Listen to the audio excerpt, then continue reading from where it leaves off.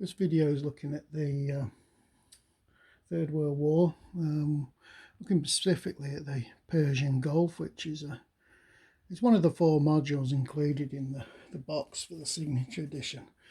Now this one's quite interesting because this one actually,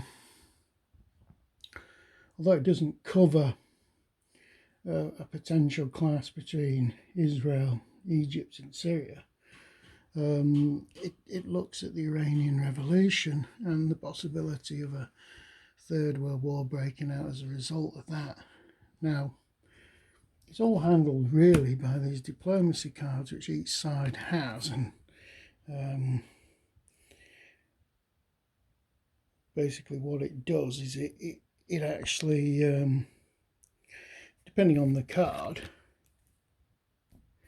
these are particularly good. Yeah, you get adjustments of the commitment of certain groups towards whether it's NATO or the Warsaw Pact. This is tracked on this diplomacy chart here.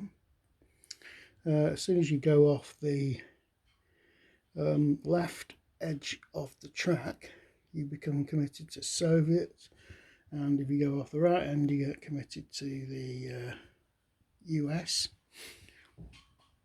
Now, normally what you do this, if you're playing in this opposed game, you'd be drawing your cards in secret, both guys drawing simultaneously, so you wouldn't have a clue what's going on.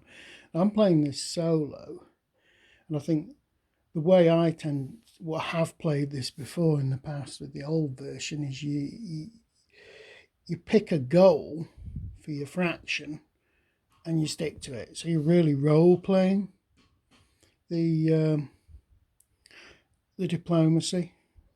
So for example, US diplomacy on here, we basically don't like the Iranian revolutionary government, and we can see that the army is potentially rebellious, so it's our objective is to cause an army rebellion, an uprising, and topple the revolutionary government that way and make Iran a US client, basically, like it was before the revolution.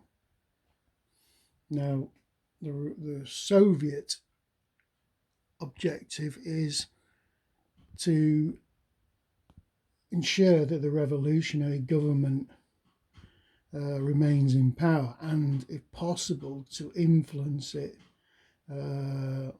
so it becomes a Soviet client state.